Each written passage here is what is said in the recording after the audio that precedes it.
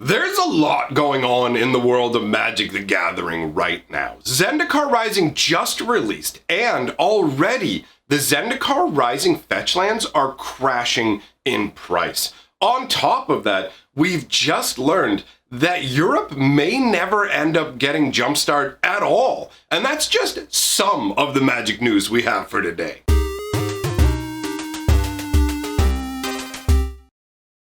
Greetings, owners of fine luxury cardboard rectangles. Look at that, I got a reading portion to go along with it. Look at that lovely shirt. Anyways, hello, my friends. And in case that didn't feel right because I did it all weird, I'll give you another one. Greetings, owners of fine luxury cardboard rectangles. Welcome to my Magic news video. I hope you're having a good day. We've got big news and little news. We got a big old news sandwich with extra bread. Wait, nobody orders a sandwich with extra bread, but you're getting it anyways. Okay, so starting out with something fairly minor, but I just want to get the information out there just in case.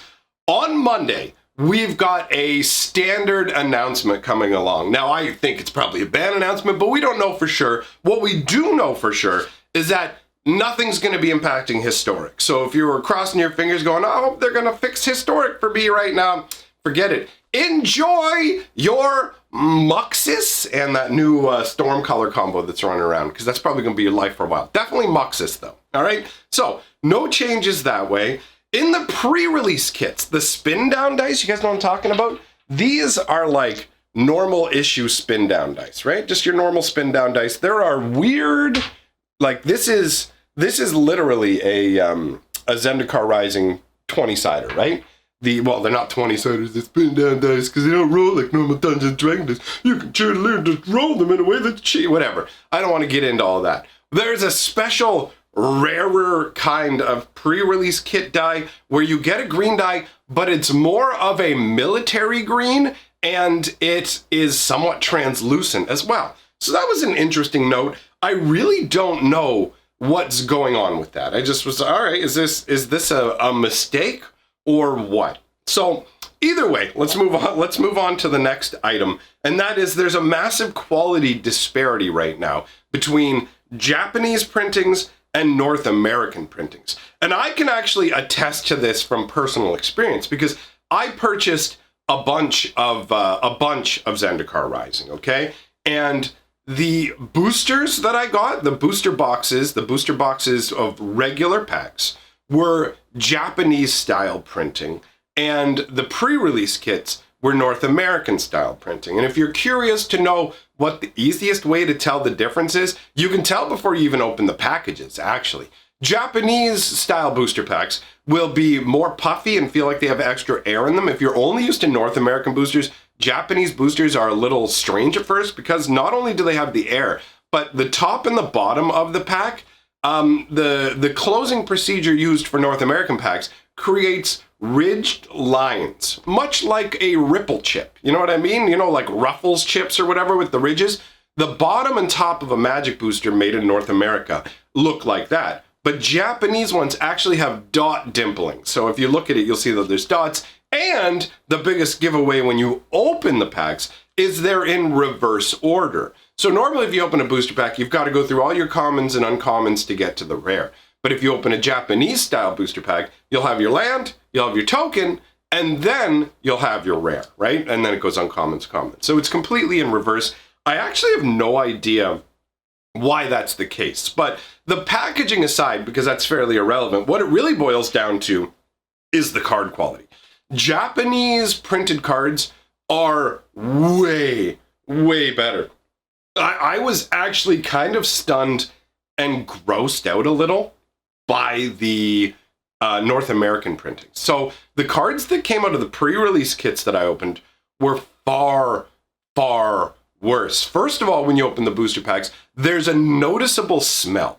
The North American cards produced, they stink. They smell dreadful, just absolutely awful, which honestly is something that's only an annoyance when you're opening the packs, because the card, like, I mean, I don't sit there and smell the cards. That's weird to me. I'm going to say that that's weird. Somebody left a comment on a recent video going, how can you not smell the cards? And I'm just like, I don't smell I don't smell anything that I'm opening and eat, like, unless I'm something I'm gonna eat. You know what I mean? Then I'm like, I don't open a book and go, oh yeah, it smells like a book, okay? The only other smell that's non-food related that I can ever remember smelling is when I was a kid. I don't know if you guys are like me, but my parents would take me to the gas station, right?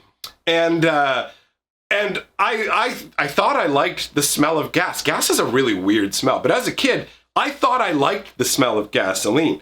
As an adult, I realized what was going on. My little kid body was getting all dizzy and hopped up off the fumes from the gasoline, and my brain was like, I don't like this. So that's what that was. So if it ain't gasoline and it ain't dinner, I ain't smelling it. So the cards smell awful. But far worse than that is the feel. The textural difference between like Japanese printing cards and North American cards, no word of a lie, some of the cards felt gritty. It felt like somebody had already pre-thrown these cards on the floor before they even got into the pack. And I examined the cards and you can't really see it, but you can feel it. It's a very weird tactile experience. And this is the first time ever that I've had Japanese and North American cards at the exact same time and opened them all in this kind of opening frenzy of let's get all the new Zendikar, right? And as a result, I was genuinely surprised to see the contrast. Japanese printing is way more desirable, and lucky for me, the majority of what I got was in that printing style. But I did want to get that out there in case you have the opportunity to purchase between the two. I figured if I explained what the boosters looks like and what they are, then you'll be able to get yourself the better product, right? So that's useful news. Now, talking about the like printing between Japanese and North America and everything like that, that kind of ties into what's going on with Jumpstart. When we talked about Jumpstart never coming to Europe, that's like with a question mark. Right now, it's indefinitely delayed. So there's no Jumpstart being shipped over to Europe, right? The European, I feel bad. I feel bad for anybody in Europe who was super excited about getting Jumpstart. And like, it's been super scarce even where I am. You know what I mean? Like, I was able to get my hands on a box of like whatever, the second wave. There was the first Jumpstart stuff that they sent out before its official release that came along with M21. Didn't get any of that. Got one box of Jumpstart. I got myself an Allosaurus Shepherd, which is pretty sweet, I gotta say. But I definitely feel bad for anybody in Europe who's can't get the Jumpstart and who knows when it's gonna be produced, right? Because even when Wizards makes a print to demand, they'll just print it as long as you want it. There's always like a limit to those print runs as well. You know what I mean? Like even some of the older master sets that were like print to demand or whatever, they don't make them indefinitely. And we're going further and further along, and print space is at a premium. By that I mean there's only so many printers in the world, printing facilities that can make Magic cards in the first place, right? And then you've got the fact that with what's going on in the world, places are understaffed, there's bigger problems, so production capabilities have been impacted.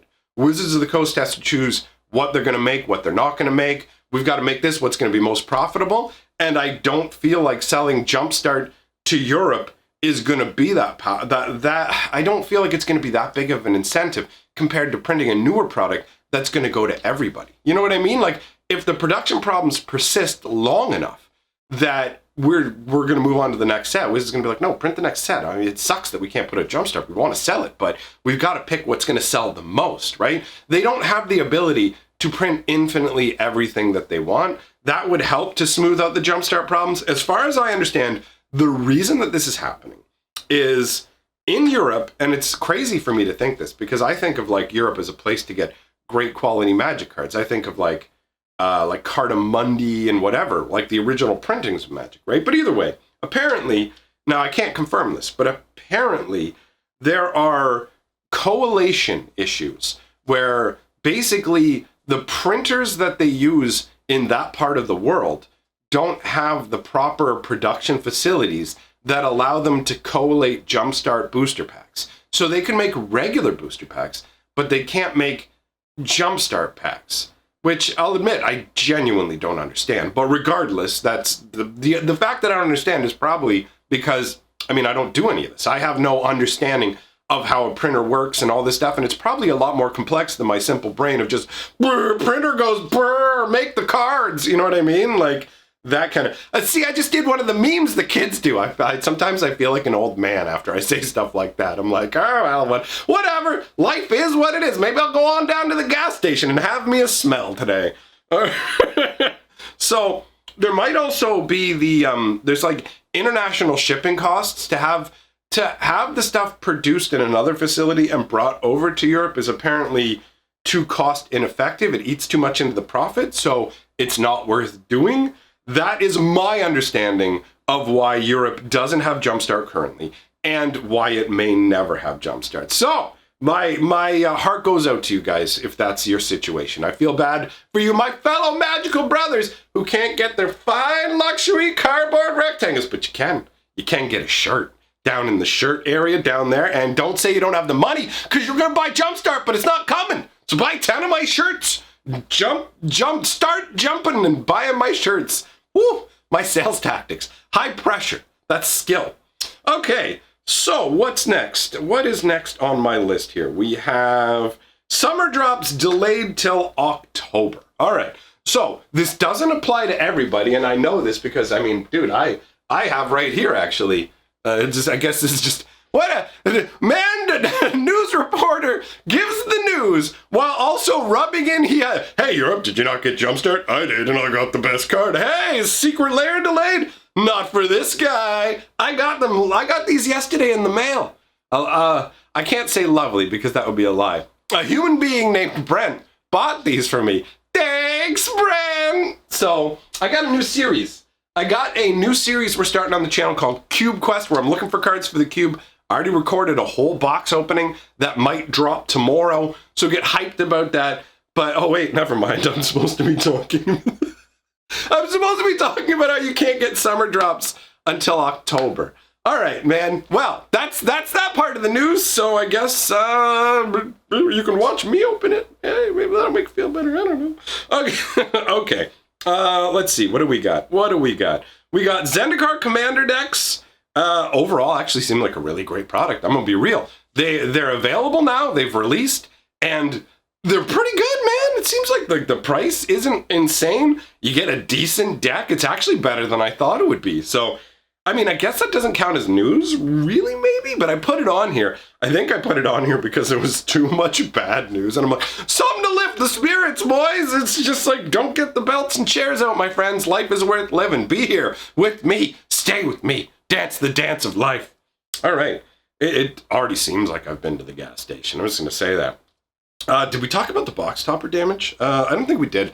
I'm not sure if I covered this previously in a video or just mentioned in a live stream. So I do want to say that there are issues with Wizards' box topper inclusion methods. So before they just used to throw them into the box, but that resulted in a bunch of people getting like bent or like otherwise damaged box toppers. So they introduced a cardboard strap that goes over the top of it. And that is supposed to, I guess, kind of anchor the pack in place, but it's insufficient to the task, as we've seen box toppers sliding out of the bottom of the box, still going and getting bent on other sides. But on top of that now, the cardboard strip itself is actually damaging some of the box toppers. So the protective measure, it's like a seat belt, but it cuts you in half instead of holding you in the chair. Like that kind of thing where it's like, you got the right intentions, but you don't got the right execution. So that's the box topper thing, and I think that wait, no, hold on. I just I put my finger up here, and I'm like, I didn't even talk about the Fetchlands yet. Legit, I was about to end the video. And I know they'd be like, but you can't say Fetchlands in the title and not mention it, you baiter! It's like, all right, man, all right. So, Zendikar Fetchlands, specifically, we're talking about the non-foil box toppers, okay? Because you can only get the Fetchlands in two different ways. One is from a box topper, and one is from a booster pack. But the only booster pack you can get them from are collector's boosters, right? And that's the collector's boosters specially give you foil ones. So all the non-foil box toppers are whatever, expeditions, whatever you want to call them. My brain, honestly, expedition and box topper masterpiece, all those are just kind of amalgamating in my brain to mean the same thing. All right, so the non-foil Fetchlands that come in either draft boosters, draft booster boxes as a box topper, set booster boxes as a box topper, or collector boosters as 2 box toppers, they are tanking.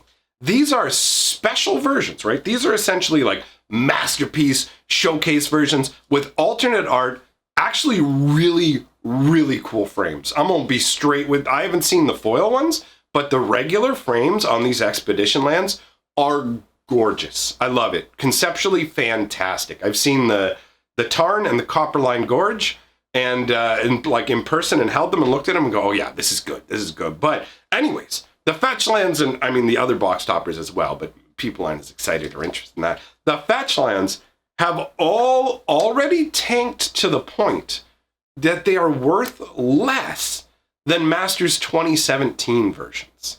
So these are special versions with their own unique artwork. Keep that in mind.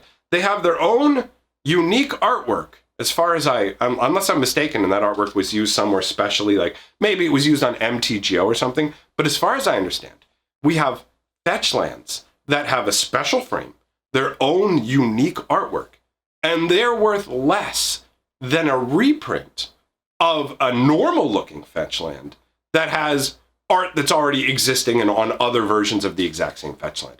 So functionally, these are all identical, but visually, the ones that come from the box toppers are unique. And so we've got a situation where basically the reason this is happening, where the modern Masters 2017 ones are more expensive than these, is because they're more scarce, essentially, right? The box toppers are so abundant that it's actually pushing the price down at a surprisingly fast rate. And this is the point where we actually have to be fair and say that Wizards said that they were going to do another Fetchland reprint, right? When they did the Secret Lair Fetchland, which seemed like a massive, massive ripoff, right? Where it's like 5 Fetchlands, you're paying hundreds of dollars for it. That felt like them being very, very greedy. And admittedly, when I heard that they were doing box toppers with you being able to get the Fetchlands, my brain was just like, I thought it would just be collector's boosters, and I was just like, okay, I mean, that's to be expected. That's the kind of thing they're going to do. We're not going to get very many Fetchlands, and the price is going to stay very high on these.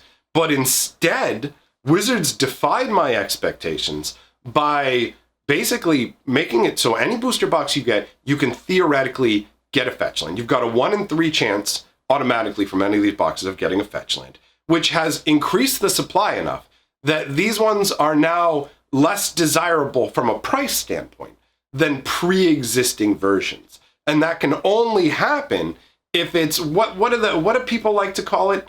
The term, I believe, is a meaningful reprint. Like there's a reprint where they did the 5 Fetchlands, but they only sold like 10 of them to maybe like 5 of them to each store, maybe 10 to a premium store. So there was so few that it didn't matter. It didn't make any impact. But a meaningful reprint is where there's enough where it can actually affect the market with enough supply for people. And so that's what's going on, because this reduction in price has happened on like basically the release day of Zendikar Rising, right? And prices usually drop when a set like fully releases. Pre-release prices are higher. When a set releases, the prices tend to drop. However, those price drops mostly affect lower value cards, and the highest value cards in some cases can actually see movement upwards. So if you had asked me originally if my opinion was, will Fetchland prices drop on release, I would say if they did, it will be minuscule. And if you had said,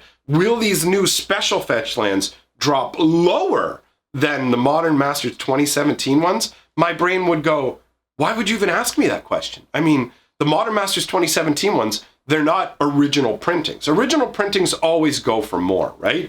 If you have better artwork on another card or something that makes it special, then it can stand out amongst its peers, which I genuinely thought the new Fetchlands would do. And who knows, maybe over time, when like the full amount settles itself out into the market, we'll see a differential where these box topper ones can rise above the other ones because they are more special. That may happen in the future.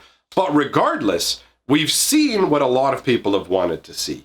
An easing of the restrictive lack of Fetchlands. You want to play Modern, you need Fetchlands. So this is a way for a bunch more people to make their way into Modern. And this is the moment to start snagging up your Fetchlands. I mean, theoretically, they could get a little bit cheaper.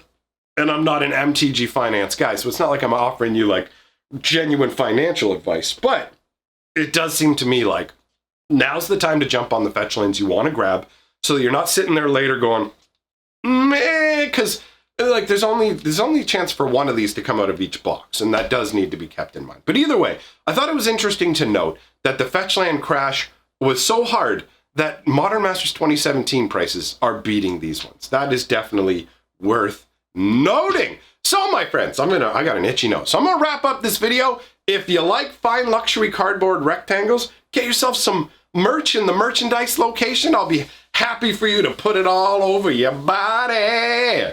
All right, my friends, that's all I have to say. So let me know your comments in the comments section below. If you like what I'm doing here, do the like, comment, subscribe. That's all great for the channel. You love what I'm doing, jump on my Patreon. Could always use the help. And other than that, thanks for coming by, my friends. Make sure that tomorrow you check out the brand new lore video that's dropping on my lore channel, where Urza Planeswalker faces off against the giant Drake Ramadarigas. Listen to this story and wonder every time when I say Ramadarigas if I'm actually going to say Ramalamadingdamagaz, because that name is so ridiculous. But either way, it's an epic story. Don't miss it. Thanks for coming by, everybody. I will see you all either tomorrow or Monday.